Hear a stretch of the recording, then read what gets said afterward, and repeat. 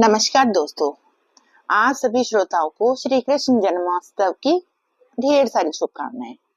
कान्हा जी आप और आपके परिवारजनों पर अपनी कृपा सदैव बनाए रखें। हर साल भाद्रपद माह के कृष्ण पक्ष की अष्टमी तिथि को ही श्री कृष्ण जन्माष्टमी बनाई जाती है। इस दिन भक्त उपवास रखते हैं और अगले दिन कृष्ण जन्म के बाद पारण करते हैं। जन्माष्टमी के दिन कुछ ऐसी चीजें हैं जिनको करने से श्री कृष्ण नाराज हो सकते हैं और आपकी आर्थिक स्थिति भी डगमगा सकती है। आपके जीवन में परेशानियां आ सकती हैं।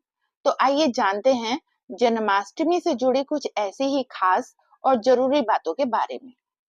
उससे पहले जान लेते हैं इस साल जन्माष्टमी कब मनाई जाएगी, क्योंकि इस बार अष्टमी तिथि 2 दिन लग रही है। इस बार अष्टमी तिथि प्रारंभ होगी 15 अगस्त शुक्रवार की रात 11:50 से, जिसका समापन होगा 16 अगस्त शनिवार की रात 9:34 पर। ऐसे में इस बार 15 अगस्त शुक्रवार और 16 अगस्त शनिवार 2 दिन श्री कृष्ण जन्माष्टमी मनाई जाएगी। लेकिन इस बार उदय तिथि के अनुसार 16 अगस्त को जन्माष्टमी मनाना ज्यादा सही रहेगा। जो भक्त उपवास रखना चाहते हैं उन्हें 16 अगस्त को उपवास रखना चाहिए। रात के समय जन्मोत्सव बनाकर उसके बाद आप चाहें तो व्रत का पारण रात के बाद कर सकते हैं। नहीं तो अगले दिन सुबह सूर्योदय के साथ ही आप अपना व्रत भी खोल सकते हैं। इस बार निशिता काल मुहूर्त 15 और 16 अगस्त को रात 12:04 से शुरू होकर 12:47 पर समाप्त होगा, जिसकी कुल अवधि 43 मिनट की रहेगी। इस साल रोहिणी नक्षत्र 17 अगस्त को सुबह 4:38 से शुरू होगा और 18 अगस्त को 3:17 पर समाप्त होगा। इस दिन घर घर में श्री कृष्ण जन्मोत्सव मनाया जाता है। वैसे तो यदि आपके पास लड्डू गोपाल जी हैं तो आपको भी जन्मोत्सव मनाना चाहिए। हर साल श्री कृष्ण का जन्म कराना चाहिए। जो लोग ऐसा करने में समर्थ नहीं हैं, वे आसपास के कृष्ण मंदिर में जाकर भी जन्मोत्सव का आनंद उठा सकते हैं।